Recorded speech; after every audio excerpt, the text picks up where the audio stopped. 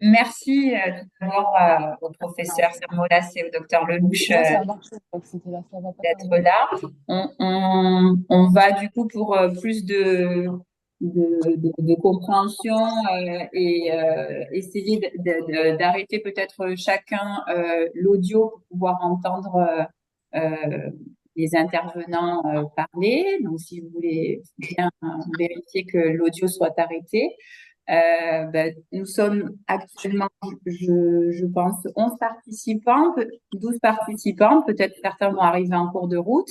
C'est une première pour nous. On est heureux de pouvoir le faire en collaboration avec le professeur Sarboulas et le docteur Lelouch pour aujourd'hui aborder un trouble autour aborder les troubles en santé mentale et plus spécifiquement les débuts des modes d'entrée en schizophrénie et les épisodes psychotiques, surtout chez les jeunes adultes, qui est un sujet sur lequel nous travaillons avec le docteur Kilikini qui m'accompagne sur l'axe du projet de santé de la CPTS. Donc, cette première session sur des rappels, on va laisser la parole au professeur Sarmolas et au docteur Lelouch. Et une deuxième session, certainement prévue en septembre, sur un aspect plutôt pratico-pratique des prises en charge et des thérapeutiques. Donc, voilà. Je laisse la parole au docteur Kilikini qui m'accompagne, qui est le référent de l'axe en santé mentale de la CPTX. Bonjour, merci Michel, merci docteur Lelouch. Ravi de pouvoir faire ce premier webinaire. Donc voilà, c'est pas bien compliqué, mais c'est quand même un sacré truc à organiser aussi. Merci à ceux qui sont présents. Et oui, c'est le choix de l'axe de travail de la CPTS là, sur la santé mentale, s'occuper des jeunes en priorité. Et comment est-ce qu'on peut aider les partenaires de la CPTS à mieux comprendre ce qui se passe. Et voilà. Bon, je ne vais pas dire plus, on n'a pas beaucoup de temps. À vous, Pierre. Mhm. Oui, Bonjour. vous nous entendez bien? Ouais. Oui. Un grand merci pour cette proposition. Nous, c'était quelque chose qu'on avait de toute façon envie de faire avec Barbara Lelouch, avec d'autres aussi qui ne pourront pas être là aujourd'hui. Je pense à Antoine Lefrère, qui est un peu l'homologue de Barbara. Barbara est plus spécialisée côté schizophrénie, Antoine plus sur la bipolarité et la bipolarité débutante. Et puis, on a aussi l'équipe chez Xavier Zendigian, l'équipe du CLIP. Et on se disait que la fois prochaine, notamment sur les conduites à tenir ou les principes de prise en charge, ce serait bien de leur faire une petite place et qu'on le présente avec eux aussi. Et pour nous, l'occasion, on est convaincu de l'intérêt de pouvoir partager un peu sur cette question-là avec les réseaux vraiment on nous parle tout le temps de réseaux de ville-hôpital, mais les gens incarner ça sont quand même assez rares. Donc, nous, on s'est saisi de votre proposition, peut-être pour la décliner ensuite avec probablement d'autres partenaires. Donc, c'est un exercice en tout cas qui nous plaisait bien. J'espère qu'on le réussira. On voulait vous proposer un format le plus ouvert possible à la discussion et à l'échange. On devrait être le bon format pour ça. Par contre, on va voir si ce qu'on vous propose aujourd'hui répond, ne répond pas, quitte à ce que vous nous fassiez un retour et qu'on réoriente s'il le fallait pour la fois d'après sur les aspects de prise en charge. Alors, on avait préparé un grand PowerPoint. On ne sera pas du tout obligé de tout présenter. On s'était dit avec Barbara Lelouch aujourd'hui de pouvoir vous parler à la fois de la clinique, peut-être de remettre en place les histoires de classification et d'approche, comment on en parle. C'est vrai qu'il y a quand même une orientation schizophrénie débutante et premier épisode psychotique. Et peut-être que la fois prochaine, on parlera peut-être de manière plus équilibrée avec les troubles de l'humeur. Et sans Antoine Lefrère, on se disait que c'était quand même dommage de le présenter comme ça. Et on se disait aussi, en gros, 20-30 minutes de présentation et peut-être de passer la discussion, si vous êtes d'accord, à et demi. Moi, je risque du coup de te lâcher pour être en trajet, mais je vous suivrai sans caméra avec le casque pour la discussion. Ok, merci. Donc, on part sur 30 minutes de formation et puis un temps d'échange pour tous les groupes, c'est ça? Je pense quand même que vous n'hésitez pas à intervenir et l'idée, c'est de le faire de manière très souple. Alors, en début et en introduction, c'est vraiment des rappels plutôt classique sur la question de la schizophrénie. Hein. Vous savez qu'on a maintenant, ça fait quoi? Ça fait 120 ans qu'on parle très classiquement, après Kraepelin et puis Bleuler, de schizophrénie, maladie fréquente et sévère, on l'apprend comme ça, avec quand même un retentissement social et fonctionnel très fort, hein, une des 10 pathologies qui entraînent le plus d'invalidité, mais toutes disciplines médicales confondues, hein, pas du tout qu'en psychiatrie. Et puis, par définition, on considère quand même que la schizophrénie, une fois qu'elle est engagée, constitue un peu le modèle des troubles psychotiques chroniques. Et par le terme de psychose, on va voir qu'on peut y rapprocher des choses un peu différentes. On a l'habitude en cours de mettre les étudiants en garde pour dire dès que vous avez quelqu'un qui vous dit la schizophrénie, c'est telle cause, de dire aux étudiants attention parce que ça va être des conneries ou en tout cas des vérités à moitié vraies, mais on est bien loin de pouvoir proposer un seul modèle physiopathologique, alors que ce soit la dopamine, la forclusion du nom du père, le double lien, la perte d'évidence naturelle, quelle que soit l'étiquette théorique des psychiatres, dès qu'on n'a qu'une seule explication facile, ça parle un peu, mais ça ne dit jamais tout de l'évolution de la pathologie, donc être très prudent sur la physiopathologie, et c'est quand même ça appelle beaucoup d'humilité. En tout cas, généralement, et Barbara, tu nous en parleras, c'est en termes de modèle neurodéveloppemental qu'on peut dire peut-être le moins de bêtises, c'est-à-dire en gros un modèle intégratif dans lequel on va mettre ensemble des déterminants qui soient génétiques, biologiques, et même liés à l'expérience ou au parcours des personnes, à la petite enfance, à l'adolescence, l'exposition à des événements de stress ou toxiques. Et bref, l'hypothèse neurodéveloppementale, c'est ce qu'on a de plus ouvert pour y mettre ensemble des aspects qui vont du tout biologique jusqu'au tout environnement.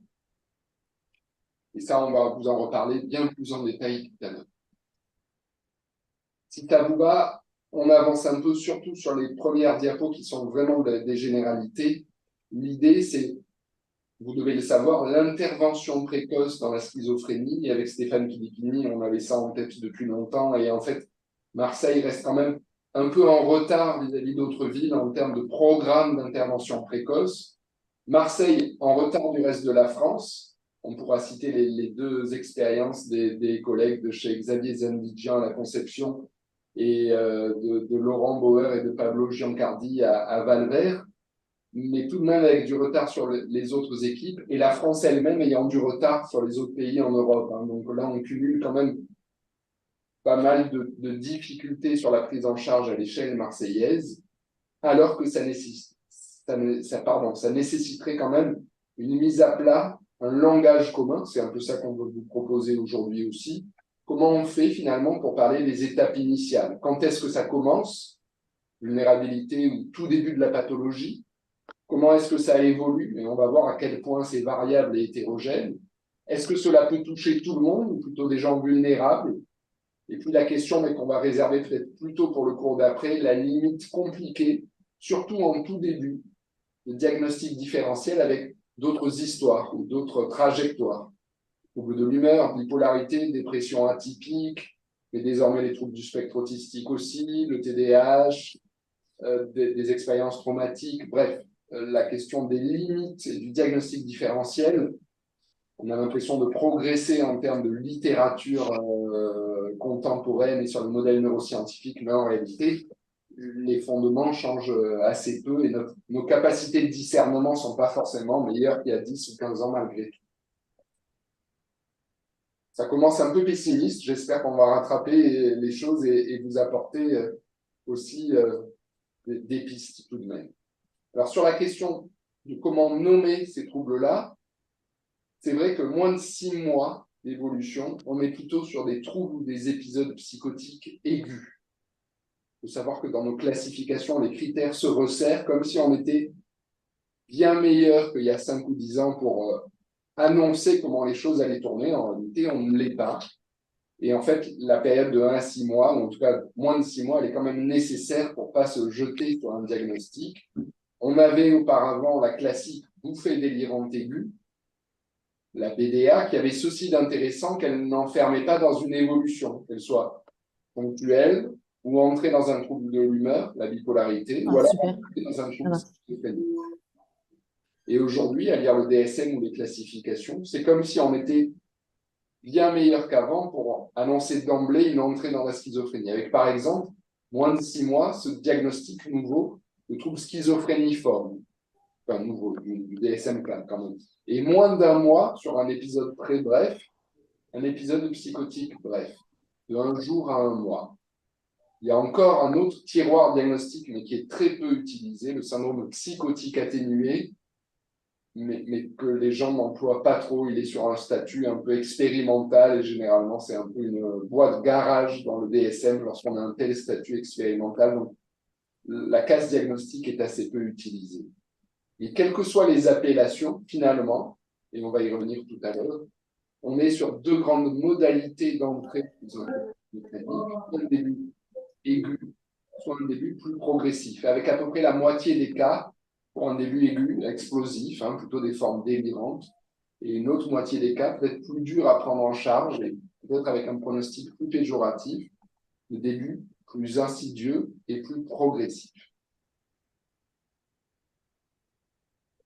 Alors là, c'est un schéma, mais tu vas le redire un peu après.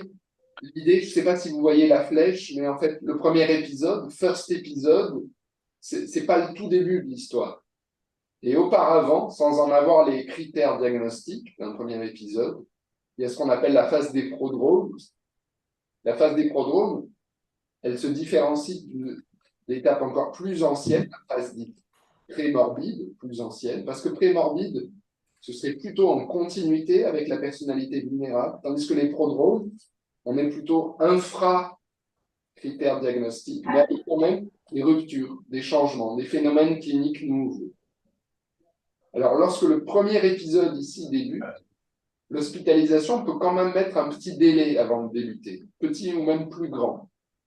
Et ça, c'est une notion où on vous demande d'y faire attention parce qu'on va y revenir pas mal de fois dans la présentation, c'est la DUP, la durée dite psychose non traitée. En gros, entre le début du diagnostic, on a bien les critères cliniques, c'est-à-dire qu'on est clairement dans un premier épisode psychotique, mais il n'y a pas encore eu le premier contact adapté, approprié.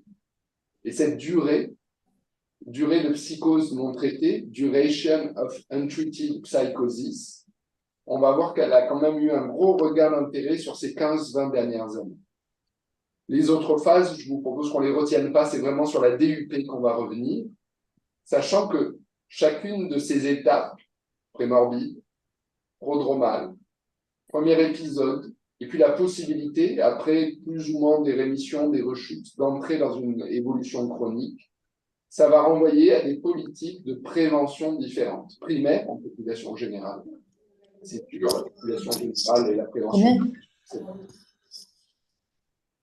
Si vous avez des questions, ouais, n'hésitez pas. 76. 73. Alors, si vous n'avez pas de questions, merci de faire attention à veiller à couper vos micros. Et sinon, n'hésitez pas à lever la main vers le petit onglet et à intervenir quand vous le souhaitez. Mais veillez à ce que tous les micros soient éteints pour qu'on entende bien. Merci. Alors, pour avancer un peu plus vers la clinique, je vous parlais de la durée de psychose non traitée. On va y revenir, mais il y a eu un gros engouement depuis la moitié des années 90 pour se dire c'est quand même très long. Généralement, c'est entre 40 à 80 semaines. C'est énorme. Des fois, c'est un peu plus d'1 an avec les premiers signes, c'est-à-dire qu'on le sait rétrospectivement. Et on a eu l'espoir que ce soit quand même annonciateur du pronostic, de l'évolution au long cours, du fonctionnement social. Dans un deuxième temps, il y a quand même eu des travaux qui sont... On ne change pas autant les trajectoires des personnes, mais on peut les retarder et on peut quand même intervenir. Et on y reviendra avec ta partie sur la durée de psychose non traitée, la DUP. Mais en gros, entre 40 à 80 semaines, c'est beaucoup de décalage et de retard diagnostique. Ça veut dire que c'est des gens pour lesquels on peut suspecter plutôt des éléments de dépression, de troubles anxieux, mais en tout cas, pas des choses avec une spécificité diagnostique d'emblée. C'est l'idée un peu générale de plus on est tôt, moins on est bon sur la discrimination ou la spécificité des symptômes qu'on peut retrouver. Alors, la prévalence, quelques chiffres d'épidémios, mais je ne veux pas faire trop long, et ça, c'est très classique, donc je vous propose de ne pas tout lire là-dessus, mais prévalence, un tout petit peu moins de 1% de la population générale, donc véritable enjeu de population de santé publique. On avait l'idée que c'était très invariable, toute culture, toute époque. On sait quand même qu'il y a des facteurs environnementaux qui comptent. L'exposition toxique, notamment chez nous le cannabis, en Asie c'est d'autres produits. Des facteurs de migration, d'urbanisation, de stress, et début classiquement 15-25 ans. Je vous propose qu'on passe sur le reste parce qu'on va beaucoup mieux le dire tout à l'heure. La clinique, alors selon le dernier DSM, il faut au moins 2 des critères sur plus d'1 mois. Idées délirantes, hallucinations, désorganisation du discours, désorganisation du comportement ou syndrome négatif. C'est-à-dire plutôt des choses comme des choses en moins, même s'il faut être un peu prudent avec cette appellation. Il faut, à côté de ces symptômes-là, qu'il y ait quand même des difficultés de fonctionnement sur plus de 6 mois. Et comme toujours en psychiatrie, bien éliminer tout diagnostic différentiel, somatique, toxique ou iatrogène. Alors, on va un peu plus vers la clinique.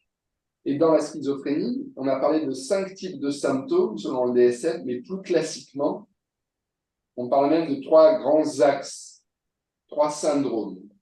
Et ce qu'il y a de compliqué avec la schizophrénie et de très hétérogène, c'est qu'il y a une variabilité énorme. On peut avoir que des éléments d'un syndrome positif, c'est-à-dire le délire, les hallucinations, ou du syndrome négatif, retrait, émoussement affectif, ou alors de désorganisation. Mais un des signes quand même les plus classiques, surtout pour les modes d'entrée bruyants, c'est l'hallucination, et notamment l'hallucination acoustico-verbale, les voix. Vous devez aussi savoir, c'est important, que des hallucinations, par exemple visuelles, isolées, en réalité, c'est très rarement psychiatrique. Ça peut être le cas dans un cortège de modalités sensorielles, en plus du reste. Et des choses visuelles et critiquées, ça doit beaucoup plus faire éliminer des histoires de confusion ou de neurologie. Et les plus fréquentes, même si toutes les modalités peuvent être touchées, c'est l'hallucination acoustico-verbale, les voix. Ça peut être des fois des sons plus élémentaires, mais les voix sont quand même avec l'influence, avec les insultes, avec les commentaires, des choses très très typiques. En gros, la moitié des patients souffrant de schizophrénie pourraient connaître à un moment ou à un autre des phénomènes hallucinatoires. Je vais essayer de terminer sur la clinique. Il existe d'autres types de voix, plus si on gratte un peu, c'est pas aussi acoustique que ce qu'on croyait. Ce serait plutôt comme des impressions de télépathie, de porosité, de troubles de la limite de soi, la peur que les idées puissent être volées ou insérées comme des impressions de télépathie. Et à ce moment-là, on parle plutôt d'hallucinations psychosensorielles. C'est très proche des hallucinations acoustico-verbales. C'est même bien souvent les mêmes patients, et c'est vraiment des phénomènes cousins. Voici quelques exemples des phénomènes hallucinatoires. Des voix qui discutent entre elles, des voix qui commentent, des influences, contrôle de la volonté par les forces extérieures, des pensées volées ou à l'inverse, dans l'autre sens, insérées. Les patients n'osent pas nous parler de ça. Ils savent qu'on pourrait ne pas les croire, les prendre pour des fous, que ça pourrait sembler ridicule. Donc, pour arriver à parler des phénomènes hallucinatoires, ça demande, contrairement à ce qu'on retrouve dans la littérature psychiatrique, on ne peut pas y aller comme n'importe quel symptôme. Nous, généralement, ce qu'on propose, mais comme beaucoup de gens, c'est de ne pas hésiter à partager. La partageabilité des expériences, ça compte vraiment pour que les personnes puissent se livrer. Moi, je sais que quand on souffre d'une grande anxiété, d'une grande tristesse, des fois, j'ai rencontré des personnes qui m'ont raconté que ça allait jusqu'à vivre des choses très, très intenses, parfois pas bien dans la réalité, comme se faire des films. Est-ce que vous-même, vous avez déjà pu connaître ça? On n'ose pas le raconter parce qu'on a peur d'être pris pour un fou. Moi, j'en parle volontiers comme ça, en cheminant un peu pour essayer de retrouver comme des étapes pour que les gens osent partager. Je crois que jamais à la question de est-ce que vous avez des hallucinations, oui, non. Si quelqu'un vous répond oui, c'est probablement qu'il n'en a pas. Et si jamais on vous répond non, ça ne veut pas dire qu'il n'y en a pas, en fait. Donc, il faut trouver, et je crois vraiment, moi, à cette histoire de partageabilité pour que les gens osent en parler. Alors, il y a aussi le syndrome négatif, c'est-à-dire plutôt des signes comme en moins, émoussement affectif, ce qui ne veut pas dire que les gens ne ressentent rien, mais ce qui veut dire que l'expression des émotions est quand même altérée, mais aussi dans le discours, dans la logique. Attention à une vision quand même trop déficitaire, hein. C'est quand même pas comme en neurologie avec des fonctions qu'on aurait pu. Bien souvent, c'est plutôt ça ne sort pas de la bonne façon dans l'expression des émotions. Et puis, troisième, pardon, je passe un peu vite et puis on vous laissera bien sûr tout le PowerPoint. Troisième syndrome possible, la désorganisation, ce qu'on appelait avant la dissociation schizophrénique. Ça peut être vrai, en gros, un morcellement, une perte d'organisation pour le discours, pour les idées, dans les affects aussi, avec les rires et les rires immotivés, la discordance affective. Et puis aussi au niveau moteur, ce qui au maximum peut aboutir à ce qu'on appelait avant un syndrome catatonique, qu'on appelle toujours, mais qu'on recherche peut-être insuffisamment, avec une vraie altération du tonus et de l'attitude musculaire, corporelle. Ça peut être la pire des urgences en psychiatrie, le syndrome catatonique. Alors voilà, c'est encore moi ça, on s'était un peu partagé. Pour terminer sur ma partie et sur la clinique, et puis pardon d'y aller un peu vite, et vraiment on reprend ça ensuite et vous aurez le PowerPoint. Pour revenir sur cette histoire de durée de la psychose non traitée, la DUP, vous voyez, mais ça a déjà bien 7-8 ans, ces chiffres-là, ils seraient peut-être à remettre à jour, mais ils ne nous honorent pas. C'est quasiment au moins 1 an, presque 2, après coup de réaliser qu'on a pris du retard dans une prise en charge spécifique, parce que non, ce n'était pas qu'un épisode dépressif, même un peu bizarre, ou accompagné de signes psychotiques. On sait que la prise de toxiques, le faible insight, c'est-à-dire le manque de connaissances, la stigmatisation, les signes négatifs, tout ça, ça renforce la durée de psychose non traitée. C'est évident d'ailleurs. Si vous cassez tout et que vous êtes animé d'une grande instabilité et de voix, vous aurez les pompiers plus rapidement que si vous êtes en retrait et que vous ne parlez à personne dans votre voisinage et où il y a une tolérance sociale bien plus grande. On s'était emballé, on s'est un peu modéré sur les liens avec la symptomatologie et l'évolution clinique au très long cours. En revanche, on sait que sur l'isolement social, sur le risque suicidaire, sur la durée d'hospitalisation, c'est vraiment important et ça plaide plutôt pour une intervention précoce, même si elle soulève d'autres questions. Allez, je te passe le relais. Pardon. Et du coup, donc, ces troubles schizophréniques, ils apparaissent, on a dit, vers l'âge de 15-25 ans. Et cette Est-ce que je peux vous interrompre juste un instant? Le docteur Kilikini voulait intervenir sur cette première partie. C'est quel écran? C'est où sont les caméras? Juste pour faire un petit point d'étape, d'abord, merci. Moi, ce que je retiens, y compris dans la pratique que j'ai pu avoir auprès des jeunes et encore un peu maintenant, justement pour nos collègues qui nous écoutent, c'est le caractère indifférencié des troubles au début. Donc, ce qui nous amène souvent à ce que le diagnostic soit fait avec cette impression de retard, mais une fois qu'on a l'ensemble, un ensemble plus consistant de symptômes, bon, ça fait partie des vicissitudes de l'analyse clinique et des médecins. On n'a pas toujours tout d'emblée, donc il ne s'agit pas, surtout pas de se culpabiliser par rapport à ça. Deuxième point, c'est dans ce long cheminement là où la pathologie arrive petit à petit, où il peut y avoir quand on est en médecine générale des contacts épisodiques comme ça, c'est aussi comment est-ce qu'on va pouvoir informer la famille. Et je crois que cette dimension de faire acte de dictionnaire auprès de la famille, pourquoi les choses sont pas tout à fait normales, pourquoi en recoupant un certain nombre d'éléments, non, c'est pas juste qu'il est un peu, c'est pas que son style ou c'est pas que son caractère. Voilà, la difficulté qu'il y a à sensibiliser aussi la famille, c'est-à-dire que c'est d'être toute cette équipe qui va être ensuite autour du patient. Donc, c'était le deuxième point que je voulais souligner.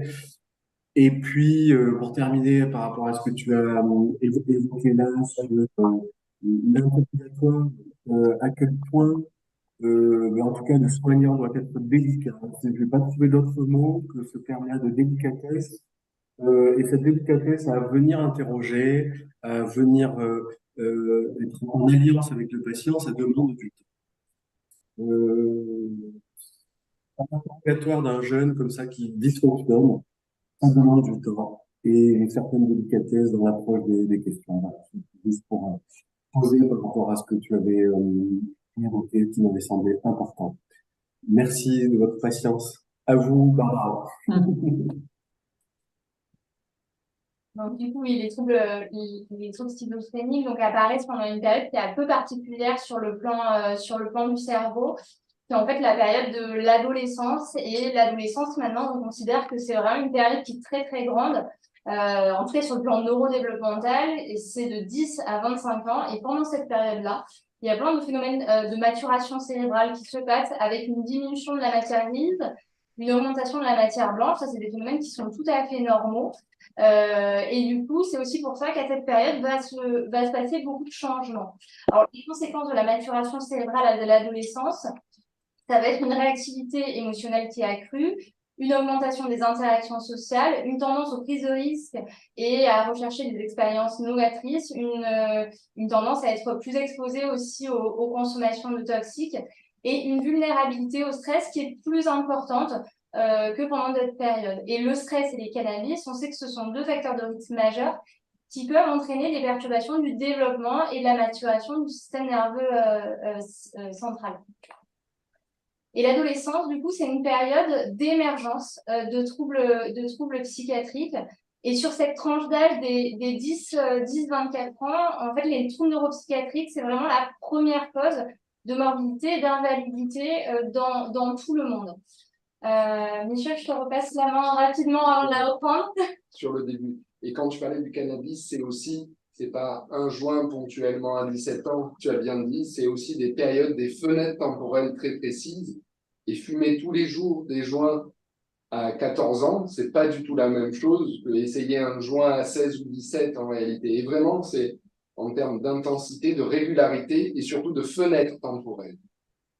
Alors là, c'est assez court, c'est de dire, on l'avait mentionné tout à l'heure, deux modalités de début. En gros, retenons 50% pour chacune des deux modalités. Début aigu, c'est l'ancienne bouffée délirante aiguë, un épisode psychotique aigu. C'est avant tout un syndrome dit positif, une désorganisation marquée. Alors, il peut y avoir des petits éléments non spécifiques au début, avant l'apparition. Il y a souvent des troubles à type d'anxiété majeure, de déréalisation, de troubles du sommeil. Et puis ensuite, une concrétisation, une émergence d'éléments plus nettement délirants ou positifs. On peut quand même y trouver des facteurs déclenchants, hein. Pas se dire que ça, vous savez, le coup de tonnerre dans un ciel serein. On a quand même le droit de développer une BDA ou un épisode psychotique aigu dans les suites d'un traumatisme grave. Ce qui est dur à objectiver, c'est cette impression d'atypicité, de bizarrerie. Finalement, des éléments qui sont durs à utiliser comme des stricts critères. Mais on se dit que dans les formes de contact, c'est pas forcément la grande agitation qui est inquiétante, c'est plutôt des éléments de difficulté de compréhension, de bizarrerie. On a du mal à dire, est-ce que c'est des fois même très très tôt et très intuitif. Mais à côté de ça, on sait aussi que c'est l'âge, l'adolescence, où les épisodes thymiques auront quand même tendance à être plus d'allure psychotique, entre guillemets, plus d'hallucination, par exemple, que ce soit une dépression ou un excès maniaque. Donc, encore une fois, beaucoup d'incertitudes, plus c'est tôt, moins on est spécifique. C'était pour ça que la notion de bouffée délirante aiguë, elle avait cet intérêt de laisser ouvert un peu le carrefour et les évolutions possibles. Aujourd'hui, alors on n'a plus cette case-là, néanmoins, à le vent en poupe ce qu'on appelle une approche très transdiagnostique ou transnosographique, de plus en plus comme un front commun, et on réactualise là, mais des vieilles hypothèses qui parlaient de vulnérabilité à la psychose unique, finalement, avec les troubles de l'humain. Le reste, on l'a dit tout à l'heure. Et par contre, sur les débuts insidieux, plus calmes, mieux tolérés, plus discrets, mais en fait plus redoutables au niveau pronostic, c'est un peu comme si le pronostic, finalement, c'était pas de quelle façon on peut aller au plus mal en crise, mais ça, c'est une vraie idée en psychiatrie en général, c'est plutôt de quelle façon on peut aller au mieux entre deux épisodes aigus. Et tout le pronostic, une fois qu'on met de côté le risque suicidaire ou le passage à l'acte, c'est vraiment, mais de quelle façon on va bien entre deux épisodes. On peut avoir des crises redoutables très aiguës du moment qu'on récupère bien.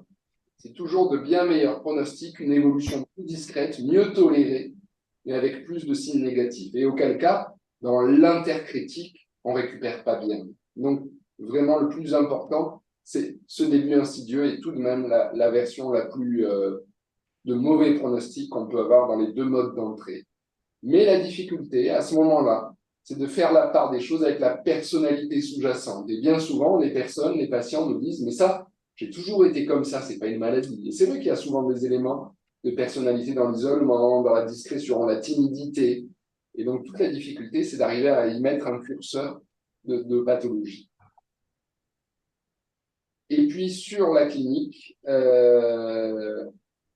classiquement, on apprend que c'est la bizarrerie du délire, la présence des hallucinations, la désorganisation qui permet de faire la part des choses, entrer dans la schizophrénie d'une part et la bipolarité de l'autre.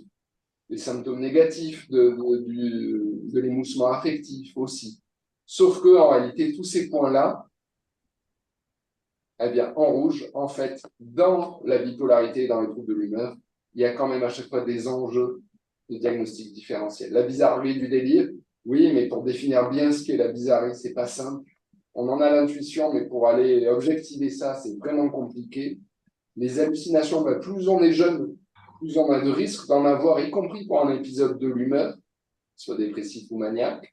Puis la désorganisation, en fait, si vous êtes très maniaque, vous allez aboutir à quelque chose qui va ressembler à de la désorganisation. Alors, est-ce que c'est de même nature, de différence quantitative ou qualitative?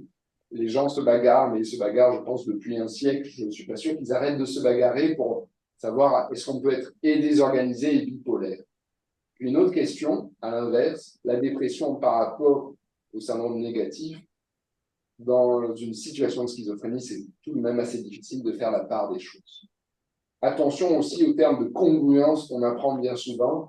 Plus on est jeune, moins c'est vrai la congruence des thématiques délirantes avec l'humain pour les troubles de l'humain. Alors, on va peut-être finir maintenant pour vous parler, mais je te laisse la parole sur les états mentaux à risque, parce que c'est peut-être quelque chose où mais tu vas en parler, Barbara, où on peut retrouver ce que tu disais, Stéphane, comme possibilité, en gros, pour contourner et éviter un peu les risques de la stigmatisation et comment en parler aux familles. Donc, du coup, si on résume un peu ce qu'on a dit avant, ce schéma-là, il peut résumer en fait l'évolution naturelle des troubles schizophréniques. On va avoir une première phase qui est la phase prémorbide où les personnes ne présentent absolument pas de symptômes, c'est juste des personnes qui ont une vulnérabilité, mais qu'on ne connaît pas à déclencher un trouble schizophrénique. Ensuite, après, deuxième phase de la maladie, une phase prodromique, c'est-à-dire les patients vont présenter quelques symptômes qui ne sont pas spécifiques de la schizophrénie, mais qui peuvent être évocateurs du risque de développer par la suite un trouble schizophrénique. Ensuite, les personnes vont déclencher un premier épisode psychotique, c'est-à-dire qu'il va apparaître pour la première fois de façon durable dans le temps des symptômes psychotiques de type idées délirantes, hallucinations, qui vont être associés à une désorganisation des pensées, une désorganisation des émotions, une désorganisation du comportement, qui peuvent être associés aussi à un syndrome négatif. Et ensuite, après ce premier épisode psychotique, alors il y a des personnes qui vont faire un épisode psychotique dans leur vie, ça va rester isolé, et d'autres personnes pour lesquelles ça va être du coup le mode d'entrée vers la schizophrénie, et donc on passe dans la phase résiduelle où on est dans le cas de la maladie chronique. Je vais vous présenter un peu maintenant la phase prodromique, c'est-à-dire quels symptômes on peut présenter avant le déclenchement d'une schizophrénie. Donc des symptômes, il y en a plein en fait, qui sont certains sont absolument pas spécifiques. Et d'autres sont quand même un peu plus évocateurs et un peu particuliers et plus évocateurs de troubles psychotiques. Alors, ce qu'on peut retrouver dans les mois et les années avant le déclenchement d'un premier épisode, ça peut être des symptômes anxieux, ça peut être une baisse d'énergie, une baisse d'appétit, une perte de poids. Vous voyez, c'est quand même pas du tout spécifique. Une humeur plus irritable, une humeur dépressive. On peut retrouver des perturbations des perceptions avec des distorsions du coup, de la réalité. On peut retrouver aussi des perturbations du sens de soi, le sens de moi se modifie ou le sens des autres, de mon environnement se modifie aussi. Des impressions de perplexité, j'ai l'impression qu'il y a quelque chose de bizarre, quelque chose qui s'est modifié. Ça me rend un peu anxieux, un peu perplexe, mais j'arrive pas trop à dire quoi. On peut avoir des personnes qui vont se replier sur eux-mêmes, s'isoler, qui vont perdre les intérêts qu'ils avaient habituellement, qui peuvent être plus méfiants, plus suspicieux. On peut repérer certaines anomalies dans le discours. On peut retrouver aussi une augmentation de l'énergie, une perte de motivation, des troubles du sommeil, des changements de comportement. Et donc, on peut retrouver vraiment tout un tas de symptômes qui vont être associés à une baisse du fonctionnement. C'est-à-dire qu'en plus de présenter ces symptômes ou ces plaintes, on va retrouver une modification avec l'état antérieur, donc par exemple une baisse des résultats scolaires, une perturbation des relations sociales, un isolement dans la famille. Enfin, il va y avoir vraiment des répercussions sur le quotidien et le quotidien se modifie. Ces symptômes, donc, ils vont évoluer au cours du temps et en fonction de la spécificité ou non des symptômes, on peut différencier deux phases prodromiques. Une phase prodromique précoce et une phase prodromique tardive. La phase prodromique précoce, c'est une phase qui va précéder de plusieurs années un trouble psychotique où va émerger de manière graduelle des symptômes non spécifiques, donc l'anxiété, l'irritabilité, la tristesse de l'humeur, une diminution de la motivation, des troubles de la concentration, des troubles du sommeil, avec une baisse du fonctionnement. Et ensuite, et ça généralement, c'est dans l'année qui précède le début de la pathologie, on va retrouver du coup ces symptômes un peu plus particuliers, un peu plus évocateurs, qu'on appelle les symptômes psychotiques atténués. Atténués, pourquoi? Parce qu'ils sont atténués en intensité et en fréquence, c'est-à-dire qu'ils sont moins intenses que lors d'un premier épisode psychotique ou lors d'une décompensation d'une schizophrénie, et moins fréquents. C'est-à-dire, par exemple, ils vont apparaître une fois par mois, ou 2 fois par mois, ou une fois par semaine, mais ce n'est pas quelque chose de quotidien. Dans ces symptômes psychotiques atténués, on peut retrouver des modifications du contenu de la pensée. Les personnes peuvent rapporter, avoir l'impression qu'il y a des choses qui changent. Même s'ils n'arrivent pas trop à dire qu'est-ce qui a changé, ils ont une impression un peu vague comme ça de changement. Ils peuvent rapporter des croyances un peu bizarres, un peu nouvelles sur le monde, avoir aussi des idées un peu de méfiance. Ils ont l'impression, par exemple, de temps en temps, ils vont avoir l'impression d'être suivis, d'être regardés, qu'on peut leur vouloir du mal. Ou alors, ils peuvent avoir l'impression qu'il y a des choses de leur environnement qui font référence à eux. Par exemple, je me baladais dans le métro, j'ai vu les publicités, puis c'est bizarre, j'ai vraiment eu l'impression qu'elles ont été faites pour moi. Ça m'a quand même un peu inquiétée. Je sais que c'est étrange, mais quand même, j'ai vraiment eu cette sensation-là. Je sais que c'est étrange, c'est peut-être justement un des signes qui fait que ça n'est pas encore une intensité délirante complète. Il y a encore ce boucle comme si, mais néanmoins, c'est quelque chose d'inhabituel et qui inquiète beaucoup les personnes. Ils peuvent avoir l'impression que par moment, certaines pensées ne sont plus les leurs. Mais pareil, ils vont dire c'est bizarre parce que je sais très bien que c'est ma pensée, mais j'ai vraiment le sentiment que c'est pas la mienne. Ou alors que les gens peuvent lire dans leurs pensées, deviner leurs pensées. On peut avoir aussi des modifications des perceptions. Ça peut aller de la déréalisation et de la dépersonnalisation. Alors, déréalisation, c'est j'ai l'impression que c'est mon environnement qui est étrange, qui est bizarre, qui n'est pas comme d'habitude. Dépersonnalisation, c'est j'ai l'impression que c'est moi-même dans mon corps qui suis bizarre, qui suis étrange. Je ne me reconnais pas. Et ça peut aller jusque, du coup, aussi à des distorsions de la perception de la réalité avec des illusions. Ça peut être, par exemple, je vois un arbre bouger, mais c'est bizarre. J'ai eu l'impression que la forme a changé, que c'était plus vraiment un arbre, comme si c'était un peu une personne. Mais en même temps, j'ai pas vraiment vu une personne. Ça s'est modifié de manière un peu floue, jusqu'à vraiment des hallucinations. J'ai entendu une voix dans ma tête, ou j'ai vu une personne qui me regardait, ou j'ai senti des picotements dans mon corps. On va avoir aussi des modifications du cours de la pensée, où les personnes vont nous expliquer que, contrairement à d'habitude, il y a des moments où elles n'arrivent plus bien à construire leurs phrases. Elles ont l'impression que par moment, leurs pensées peuvent s'arrêter, ou alors qu'elles ont du mal à trouver leurs mots, que leur discours a tendance à partir un peu de côté. Ou alors, c'est les autres aussi, l'entourage, qui peut remarquer que le discours est un peu plus étrange et il n'y a pas la même continuité que d'habitude. Et enfin, on peut aussi avoir quelques modifications et quelques bizarreries dans le comportement. Et tout ça, en fait, ça a mené à la notion de staging. Le staging, qu'est-ce que c'est? En fait, c'est un concept qui est né en cancérologie où on classifie en fait du coup les stades tumoraux. On peut l'appliquer en fait récemment en psychiatrie où en fait on va identifier différents stades de la maladie en fonction de son évolution. Alors, le stade 0, c'est le stade prémorbide, c'est le stade il n'y a pas de symptômes. Le stade 1A, c'est le stade où il commence à y avoir des symptômes, mais ces symptômes c'est des prodromes, mais qui sont aspécifiques, comme par exemple l'apparition d'une anxiété, d'une irritabilité ou d'une tristesse de l'humeur.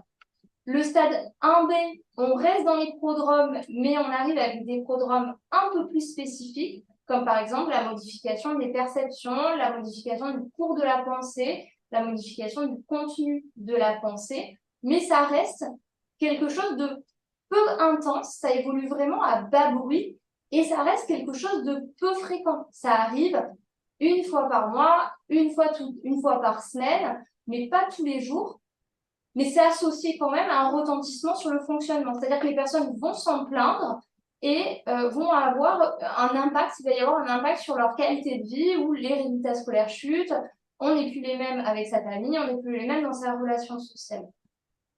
Et ensuite, après, à partir du stade 2, on arrive du coup au stade du déclenchement de la maladie. Le stade 2, c'est le stade du premier épisode psychotique. Et puis ensuite, si la maladie se chronicise et il apparaît d'autres épisodes psychotiques, d'autres symptômes, on rentre dans le stade 3, qui est le stade de la récurrence.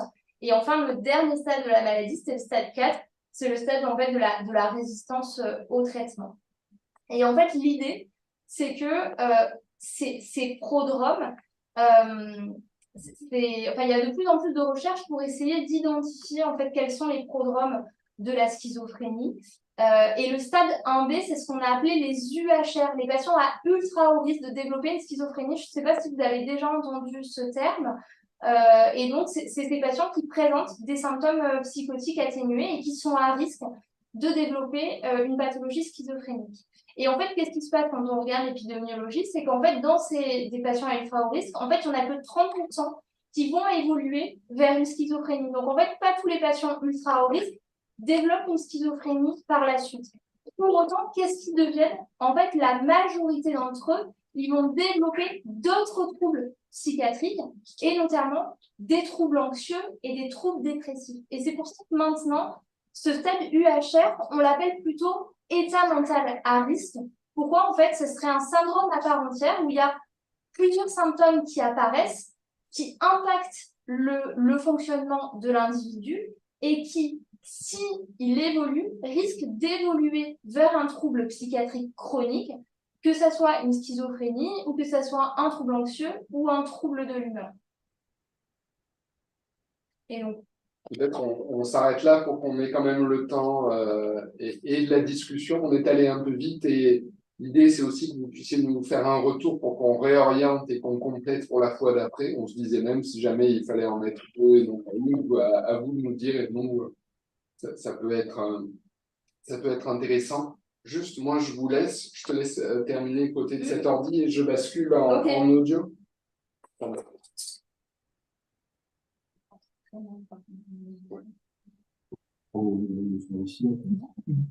On t'entend pas bien, Stéphane. Oui, parce que Alors, c'est bon? Non. Alors, je parle. Moi, je parle ici.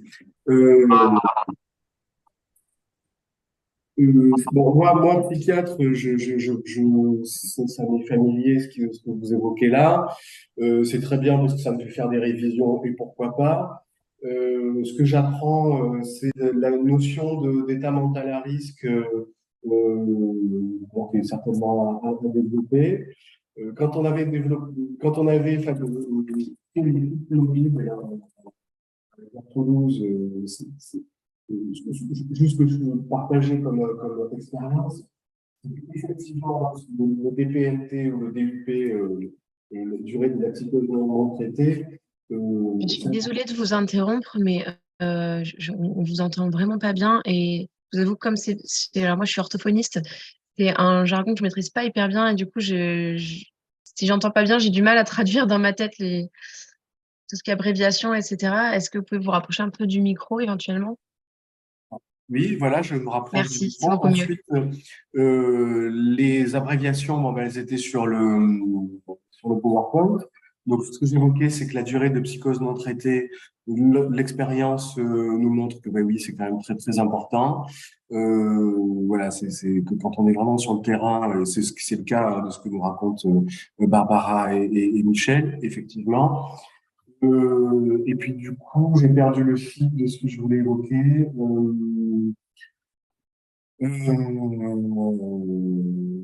Ben voilà, non, je crois que c'est bien de réviser un petit peu toutes ces notions pour que ensuite, en septembre, on soit vraiment dans un petit peu plus pratique en ce qui concerne la prise en charge.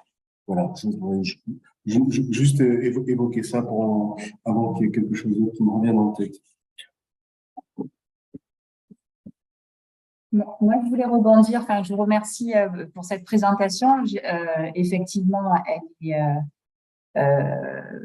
bon, pour Stéphane, ce sont des rappels pour certains aussi, mais vraiment, on approfondit énormément les choses. Enfin, il y avait plein de choses qu'on ne connaissait pas, notamment dans l'évolution vers la psychose et vers cette fameuse durée de psychose non traitée enfin, moi j'ai retenu en tout cas ce sur quoi vous insistiez dans les prodromes et dans les symptômes atténués qui pour nous qui connaissons nos patients qui sont médecins de famille, et puis là, il n'y a pas que des médecins, il y a des pharmaciens, il y a des infirmiers, avoir à lier ces symptômes-là pour pouvoir éventuellement les reconnaître et orienter les patients, parce qu'on est dans le cercle de soins de patients, là, toute profession confondue. Je me posais comme question, est-ce que quand on commence à aborder ces symptômes avec les patients, et j'ai bien retenu la notion de partageabilité, donc d'aller vers avec beaucoup de délicatesse, comme disait le docteur Kilikini. Quand on commence à aborder ça, en général, est-ce qu'il faut avoir à l'esprit plusieurs questions pour orienter les patients vers des symptômes que l'on recherche pour avancer dans le diagnostic, ou le retour des patients, dès qu'on commence à entrouvrir cette porte, se fait facilement? Est-ce qu'il faut beaucoup orienter l'interrogatoire et avoir vraiment des connaissances, ou est-ce que dès qu'on commence à ouvrir un peu cette porte, ils viennent facilement vers toute une description de ce qui peut leur sembler bizarre à eux aussi? Et est-ce que du coup, la deuxième partie de question, est-ce que du coup, au moment où on aborde ça avec les patients, ça peut changer si on est dans les prodromes ou les symptômes atténués, ou un peu plus loin dans le diagnostic? Juste avant de répondre, est-ce que c'est possible d'accepter sur le Zoom Michel Sermolage qui vient de se connecter en… Ça y est. Ah, parfait, merci. Donc, généralement, ils vont répondre assez facilement, mais quand ils vont se sentir en confiance. C'est vrai que c'est rare quand même que sur le premier entretien, on ait accès à ces symptômes, aux symptômes psychotiques atténués. Souvent, on va avoir d'abord accès à la tristesse de l'humeur, à l'irritabilité, à l'anxiété, à des symptômes qui sont du coup moins spécifiques. Après, généralement, en fait, ce qu'on fait, c'est qu'on va vraiment dédramatiser, ou on va dire, voilà, c'est très fréquent à l'adolescence.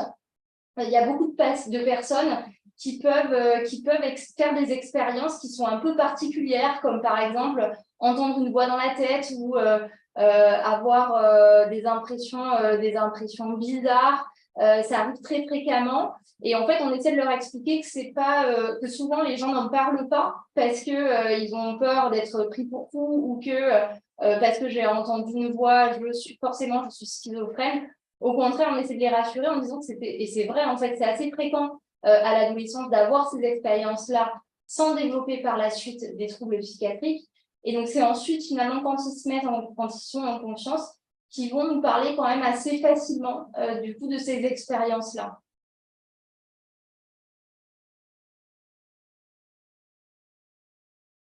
Oui, cette mise en confiance, ça demande ce que j'évoquais tout à l'heure, du temps.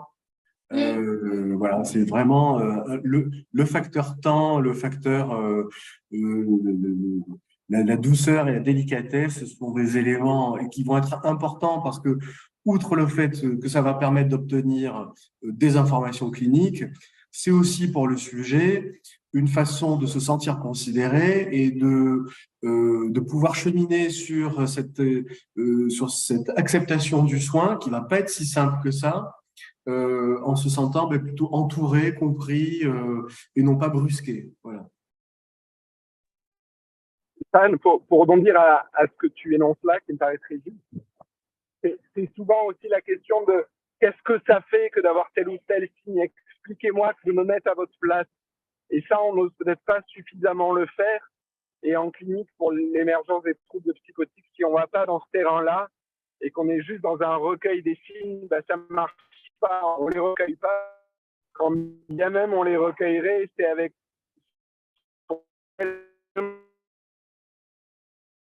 je savais, expliquez-moi ce que ça fait que de traverser ça, c'est souvent quelque chose quand même qui les bloque beaucoup.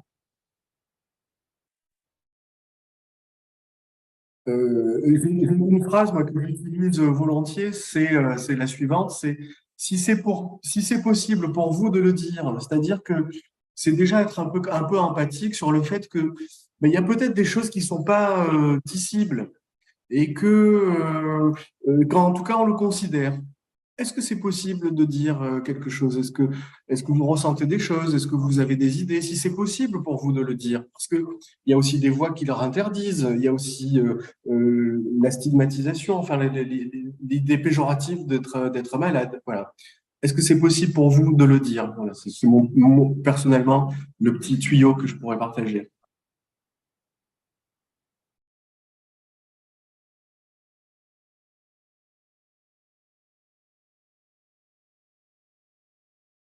Bon. Je ne sais pas si d'autres personnes ont des questions. Il y a eu beaucoup d'informations partagées. Est-ce que quelqu'un veut prendre la parole?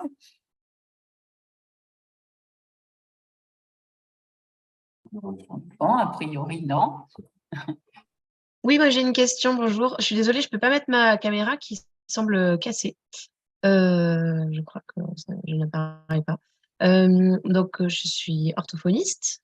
Alors, tout ça, c'est un peu nouveau pour moi, mais je me suis inscrite notamment parce que j'ai dans ma patientèle un ou deux enfants qui présentent des troubles neurodéveloppementaux et qui ont malheureusement dans leur famille des parents ou des frères et sœurs touchés, alors l'un par la schizophrénie, l'autre par la bipolarité. Donc, arrivant dans l'adolescence, je me dis que d'avoir un peu plus de connaissances dans le domaine, ça peut me permettre d'être un peu en alerte et de pouvoir informer les parents ou juste les orienter si moi je remarque quelque chose ou si le patient me partage quelque chose. Parce qu'en l'occurrence, en général, quand on voit souvent nos patients, nous, orthophonistes, au moins une fois par semaine. Donc, on a un canal un peu privilégié de communication avec eux et en général, une relation de confiance qui est bien installée. Et voilà, donc ma question est la suivante. Si je remarque ou si j'entends dans le discours de mon patient ou s'il me confie des choses qui sont évocatrices, vers qui je l'oriente à cet âge-là? Un pédopsychiatre en libéral, en hospitalier, dans quel service, ou un psychiatre, ou simplement son médecin généraliste. Voilà. Qu'est-ce qu'on fait dans ces cas-là en tant qu'orthophoniste, quoi? Merci.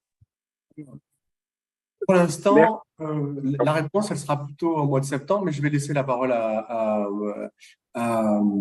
Michel ou à Barbara. Mais c'est une question très juste parce qu'en plus, on paye là le prix de la scission entre les mondes de la pédopsie et de la psy adulte, comme s'il y avait les troubles de l'enfance, tout s'arrêtait à la fin de l'adolescence et on débute potentiellement une nouvelle carrière avec d'autres noms, d'autres intervenants. Et on paye vraiment là le prix de on s'est trop éloigné des orthophonistes et certainement qu'il y a beaucoup de choses à faire. Et en plus, sur l'hypothèse neurodéveloppementale, la situation là que vous décrivez, c'est important d'y être attentif parce qu'on sait maintenant de plus en plus à quel point le spectre des troubles 10 peut être aussi une voie d'entrée dans des vulnérabilités plus psychotiques ou cyniques et des vulnérabilités partagées. Donc, il faut vraiment y être attentif. Alors, je pense qu'une réponse dans un monde parfait, c'est un avis spécialisé d'un psychiatre, libéral pourquoi pas, ou hospitalier. Pédopsie selon l'âge, en gros, moins de 16 ans, après 16 ans, alors en théorie, maintenant les textes bougent et on revient vers des suivis pédopsie, mais on sait que les collègues en pédopsie sont des fois aussi encore plus saturés que nous. Donc, en tout cas, un avis spécialisé, psychiatre ou pédopsie, me semble important, peut-être même ponctuellement pour établir un premier contact, mais du coup, pour pas faire trop peur, de pas hésiter à jouer, pas forcément sur des aspects de diagnostic, mais plutôt de souffrance. Ça doit épuiser de vivre ça, ça doit faire peur. À ta place, j'aurais beaucoup de questions. Est-ce que tu serais d'accord pour que j'organise une orientation avec quelqu'un au moins une fois? Et peut-être qu'avec un peu de chance, il s'agira juste d'établir un contact un peu initial et peut-être qu'il n'enclenchera pas par la suite, mais je crois qu'on ne pourrait pas faire l'impasse d'un avis spécialisé tout de même à ce moment-là. Justement, c'est typiquement ce qui permettrait de réduire cette durée des symptômes dont on parlait tout à l'heure. Oui, en effet. Et puis le fait d'avoir du coup déjà un référent si jamais il y a répétition ou augmentation ou aggravation de symptômes. Complètement. Ok, merci. Oui, je voudrais témoigner également. Bonjour, Béatrice Magie, infirmière à domicile. Avoir été en contact avec des jeunes adultes déjà isolés et sans activité, avec les symptômes qu'on a pu décrire, et entourés de familles dans le déni. Et donc, pas de prise en charge, pas d'orientation. Du coup, ma question, c'était que deviennent ces jeunes adultes quand ça fait déjà 2-3 ans qu'ils sont isolés, avec aucun traitement, aucune orientation? Est-ce qu'à un moment donné, ils sont suffisamment en rupture pour être, de toute manière, leur pathologie soit mise en évidence et prise en charge, ou ça peut durer pendant très longtemps? Je crois que malheureusement, il y a une double peine aux symptômes que vous décrivez là et aux situations que vous décrivez là. C'est qu'elles sont beaucoup mieux tolérées par l'entourage qui a le temps de s'y faire, qui en plus, par la chronicité des troubles, va avoir l'argument à tous les coups de dire mais ça, il a toujours été comme ça, donc finalement, c'est pas une maladie. Et tous ces éléments-là sont autant de résistance à une prise en charge adaptée. Alors, on est en manque de dispositifs, il n'y a pas assez d'offres. On essaie là sur le pôle de la PHM, il y a la réhabilitation chez Christophe Lançon, il y a le clip selon les secteurs ou alors l'équipe de Valvert, mais on est quand même en manque de dispositifs, pas que occupationnels. Le but c'est d'être le moins stigmatisant et souvent la reprise d'un parcours professionnel, scolaire peut être un peu un biais, une voie de passage un peu plus acceptable que les symptômes. Mais dans tous les cas, c'est quand même un long chemin à réaliser. En plus, parce que justement, il y a eu comme une adaptation de l'environnement, de l'école, et c'est des gens qui vont déranger personne, donc on pourrait tenir des années là-dessus. Et tout l'enjeu, c'est vraiment ceux-là qui ont sûrement le plus mauvais des pronostics. Donc c'est là-dessus qu'on est en attente. Je vous apporte pas beaucoup de réponses concrètes. On va le reprendre avec les pistes quand même de prise en charge, mais c'est tout de même insuffisant. On n'est pas encore à la hauteur. Hein. Avec Stéphane Kilikini, dans une vie précédente, on avait tenté de monter typiquement un groupe sur les quartiers nord, Stéphane, pour ces patients-là. Et on se rappelle comme c'est difficile, on n'a pas assez de monde, on n'a pas assez d'équipe, et on a une telle résistance côté des familles et des patients que ça va quand même dans le sens de tout le monde pourrait tolérer encore longtemps ça. Merci pour votre réponse. Ok, merci. On arrive à la fin. Dire une petite chose par rapport à ce que tu dis, Béatrice. Qu'est-ce qui deviennent ces enfants, ces adolescents, ces jeunes adultes? Eh bien, ça tient comme ça peut à la maison. Et il arrive aussi que la prise en charge reprenne du fait de l'épuisement des proches, des parents. Et moi, c'est ce qui arrive. Ça m'arrive régulièrement d'avoir des parents qui viennent parce qu'ils sont au bout du rouleau. On va parler de charge mentale extrême, mais qui, au bout du compte, racontent qu'est-ce qui se passe avec leurs jeunes à la maison, qui savent plus comment le gérer. Bref, ce sont des tanguis, mais ce sont des tanguis qui pas du tout rigolos, qui font exploser, enfin en tout cas pas loin, tout un fonctionnement familial. Donc voilà, parfois la prise en charge reprend à l'occasion de l'épuisement des proches. Voilà, bon, il est 14 heures et l'idée c'est de bien respecter le format pour que le prochain soit aussi attractif. Merci d'avoir été à l'écoute, merci à Michel Sermolach, merci à Barbara Lelouch, merci à la CPTS, merci à tous les participants. On se retrouve à la rentrée à une date qui sera fixée à partir de la rentrée en fonction des plannings des uns, des unes et des autres. Et nous aborderons plutôt les aspects là pour le coup pratiques, quoi faire, comment faire, enfin en tout cas autant que possible des pistes pour les praticiens de terrain que nous sommes tous autour de cet écran. Voilà. Merci à vous. Passez un bon été. Soyez attentifs, hydratez-vous régulièrement et marchez, c'est très bon pour la tête. Au revoir. Merci beaucoup et à bientôt. Merci beaucoup. Au revoir. Merci beaucoup. Merci. Au revoir. Au revoir. À bientôt. Merci, au revoir.